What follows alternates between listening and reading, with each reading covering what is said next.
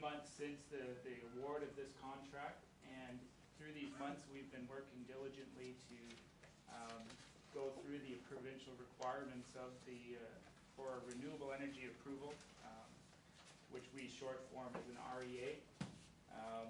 And we've also been working with the interconnection authorities, which would be a combination of Hydro One, the Ontario Energy Board, and the Integrated Energy System Operator, who operates the electricity of the province.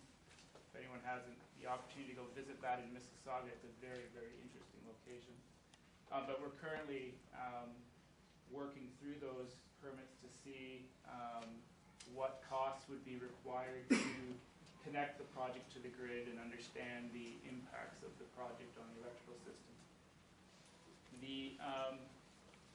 To date, Suncor has completed quite a bit of work in the community with the landowners that have signed agreements with Suncor. Those properties have been researched to do archaeological studies on those properties to identify where roads, cables, turbines could be placed based on setbacks in the REA, and understand if there was any artifacts, cultural artifacts discovered in those areas. So Suncor has been working on areas where turbines could be placed and roads could be placed to clear those areas to identify if there is any issue. So that has been happening this fall.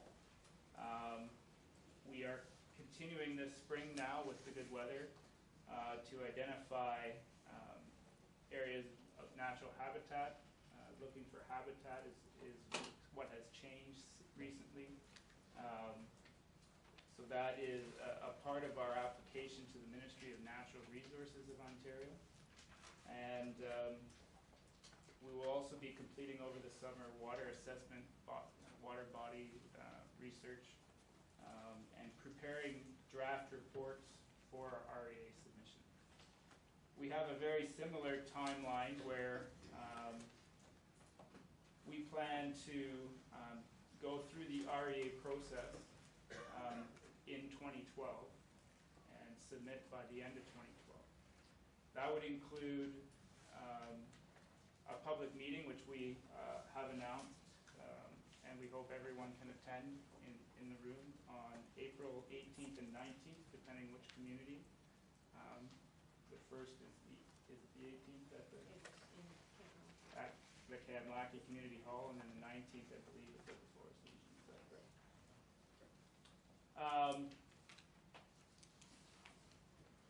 That public meeting will not show turbine locations. It will show the project area as a whole. We are just not quite ready to show that yet. We're hoping to show that as soon as we can. And we are planning to have a second public meeting mid-summer, maybe late June, where that information can be released to the public. We're hoping, yeah. There's some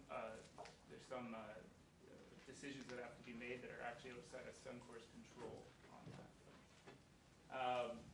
That going through, we would continue to have a third meeting late before submission. At that point, the documents for the project approval that need to be submitted to the province would be in front of the municipality for review and in public. And a part of that application would also have a commitment from Suncor of how and when the turbines and the infrastructure, cables and roads would be decommissioned and reclaimed to farmland after the operations and implementation. The other thing that we wanted to make everyone aware of is the fact that we've created a website that has now gone live. We had a few troubles with it at the beginning, but they have been detected and corrected. And this is where we plan to continually update the community on project advancements and notifications. But more importantly, it's where the community and the council can reach us. If you have any questions or concerns or need help understanding certain issues. That information was provided in the documentation that Diane provided. And with that, I think we tried to keep it short and sweet so we can open it up to questions. Any questions of council? Councilor Ullman. It looks like there's going to be at least 3 public meetings then.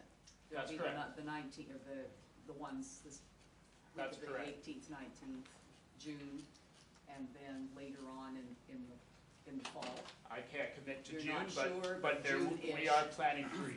for the layouts. Yeah. And we'll actually have those locations then. Yeah, we feel that we don't like having the first open house with the box, but we have to due to the schedules.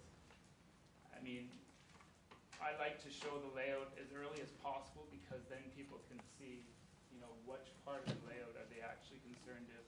With the box, you don't know what's happening in there, and it can make some concern. So it makes for a more constructive process. And just a couple of questions around the project description report, which is online. Yep.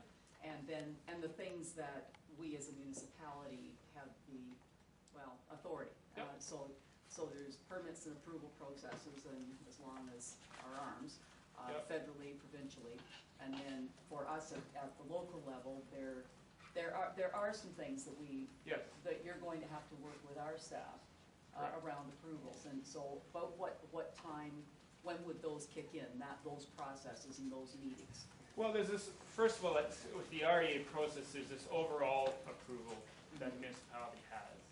And there is requirements set by the province that each wind developer must abide by. There is also a municipal form, which isn't a very big document, but it's a municipal form which is used to keep the correspondence of your questions to the wind developer, and for us to provide you responses that are satisfactory to your concerns.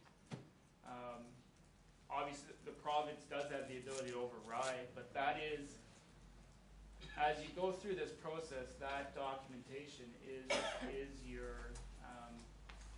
our communications booklet, I guess, with the municipality. And that's what we hope to use for us to have a dialogue going forward. Just a couple. But, sorry, No, to finish the question, there are individual agreements that we'll have to enter into. For example, we're going to bring very heavy equipment to your roads, and we will damage your roads. We will be needing to do engineering work to upgrade bridges and culverts in the area on the roads that we're planning to build. And there will have to be some agreement in place to ensure the municipality is protected, that we will bring the roads back to as-built or better conditions. And that's the one that I can think of right now. Well, road conditions and pre-condition surveys, that kind Correct, of thing, yeah. and then entrance permits, building permits, Correct. fire safety agreements, and so on.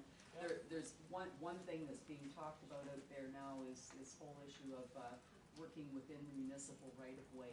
Correct. So what can you tell me about that? What steps are gonna have to happen? Well, a wind developer may wish to use a right-of-way to bury utilities. A wind developer will have a collection system, which is copper lines that Suncor intends to bury, and depending on what utilities are currently in the right-of-way, there may be the opportunity to bury those along the right-of-way from turbine to turbine. Okay, thank you. You're welcome.